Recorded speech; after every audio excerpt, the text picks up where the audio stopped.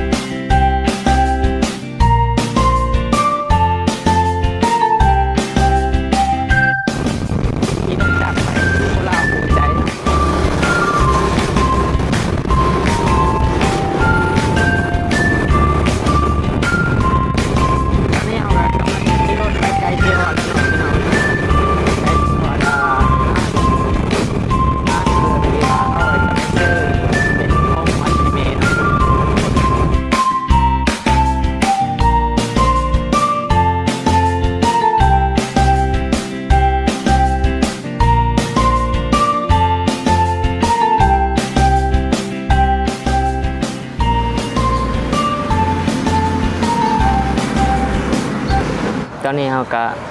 ได้มาฮอดแล้วเนาะสถานที่ที่ว่าเราสิมาซื้อเครื่องไปฝากแม่เฒ่าเนาะฮู้สึกเนาะเลยจึงว่าสิซื้อไปให้แม่นี่รู้สึกว่าคือว่ามันแม่เนาะมันแม่ยิ่งคือว่าปีละเทื่อเขาก็สิชื่อเล็กๆน้อยๆดาวคือว่าจะน้อยแล้วก็เขาก็ซื้อให้เป็นแบบ บ่เคยซื้อแม่นบ่เขาบ่เคยซื้ออันเดียวเนาะแต่ว่าเขาก็มาเวียงหาเงินบ่ทันก็ยังเป็นลูกจ้างเขาแบบจ้างเขาก็มีมันแม่แล้วก็ชื่อของเล็กๆน้อยๆลาวเพื่อจะน้อยแล้วก็สำคัญจะเฮาเพราะว่าเงินก้อนนี้เนาะเฮาหามาจากที่เรือนแล้วเพื่อสิเก็บได้ซั่นนี้มันก็พดทองปากแข็งมันหมดแล้ว แม่นแล้วเนาะพดมาแล้วก็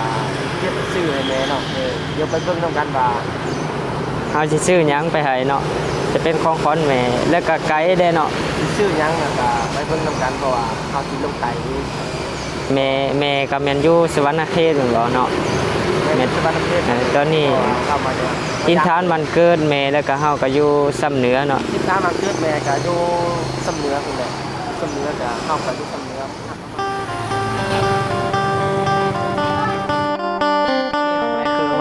นี่แหละเสียงของนั่นเนาะหนักๆหน่อยนึง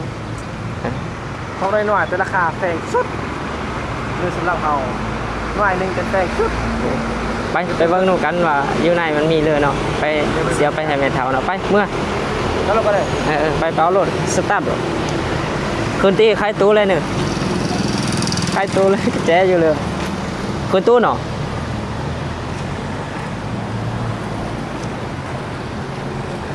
นี่ทันรถเอากันกันวันนี้โอ้ไปตอนนี้เราก็กำลังจะเดินทางเมื่อเนาะเราก็อะไรตอนนี้อะไรเครื่องแล้วเนาะเราก็กำลังจะเดินทางเมื่อเพื่อจะไปคิวเม่เพื่อจะลงสวรรค์เขตเนาะเพื่อจะเอาของขวัญไปเฮินในเท่าเนาะ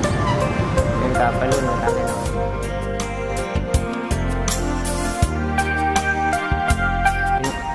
ตอนนี้เราก็เลยมาฮอดคิวเม่สายไตเนาะ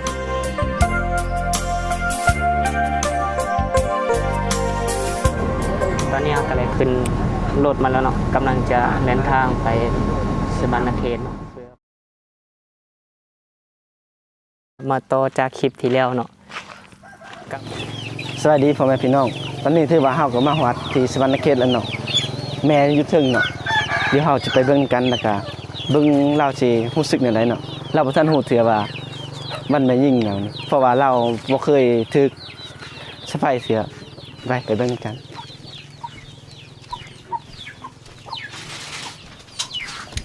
เอาจานใส่น้ำบ่เนาะไปสอกจานเนาะจานอยู่ลืมว่าจาน เตรียมเฟืองเนาะ ท่านให้เบิ่งเลยเดี๋ยวไปเบิ่งนำกัน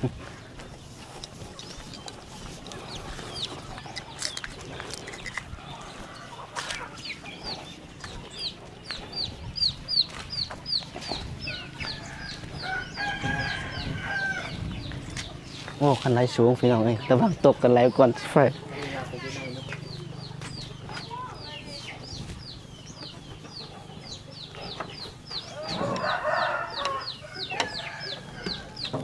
เอ็มมือเลยแบบนี้อ่ะ ฮะ ฮะ เราถือเลย เล่าสิเลย เราถือเลย นี่บ้านแม่ยิ่งแห่งศาสตร์ของขวัญแม่ยิ่งเด้อ่ะ เจอเนื้อลุงเนื้อลุงล่ำลุงรวยเนื้อจะวางเอ็มเนื้อ อ่ะ อย่าไปอะไรไปชูเมียตาเอ็มเลยเนื้อเจอเขาเจอ เอาเปิดดูแม่ง มีเลยอยู่ไหนเปิดเลยรุ่นกันพี่น้อง เป็นเราโอ้ ว่าอยู่กวงมันมีอันเลย โอ้ อันนี้ก็เงินรำเงินเดือนเก็บ เงินลำเงินเรือนนั่นน่ะเก็บเรือน จะกี่เดือนจึงได้เงินในนี้ อ่ะ นี่ ต้องหัว ซอยเห็นจมว่าจังไรซอยอันนี้เอาซอยให้ เขาเจอละเนื้อ เอา เอ็มเนื้อ เก็บกี่เรือนนี่ อันนี้เป็นปีเป็นฝ้าเลย เอา หักแจ้งอยู่ไกลถึงว่า ส่งไปอีเข็มเบิ่งเลย ช่วงนี้มีใส่เท่าจะแก่เป็นหัวโฟผมใส่รูล้าน เขาเจอกับลูกกับเต่า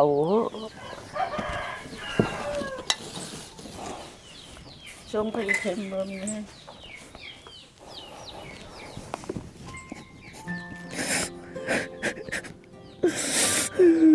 ถึงน้อยมันก็ยิ่งใหญ่ กับอยู่เขาอยู่แก่เขาจะเป็นชื่อร้อนเลย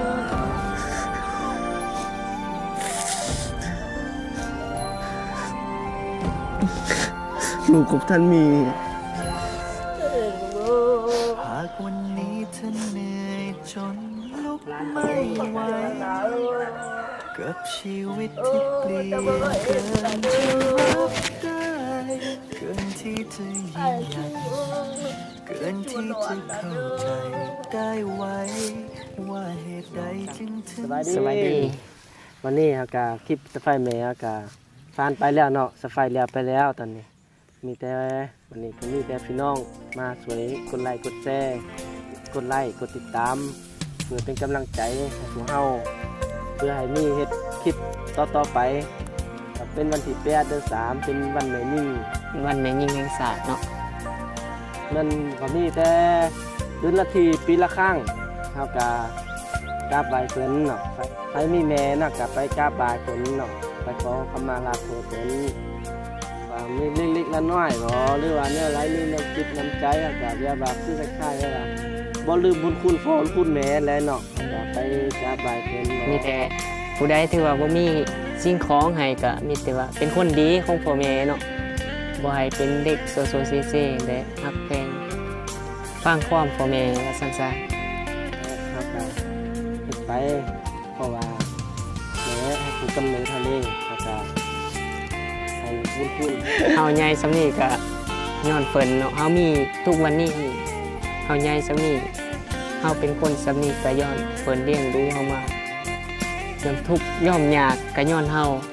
ถือฟ้าจนเฮาใหญ่ฮอด9 เดือนเฮาเกิดมาซำนี้ก็ต้องบ่ลืมบุญลืมคุณผู้ใดที่บ่มีสิ่งของเนาะก็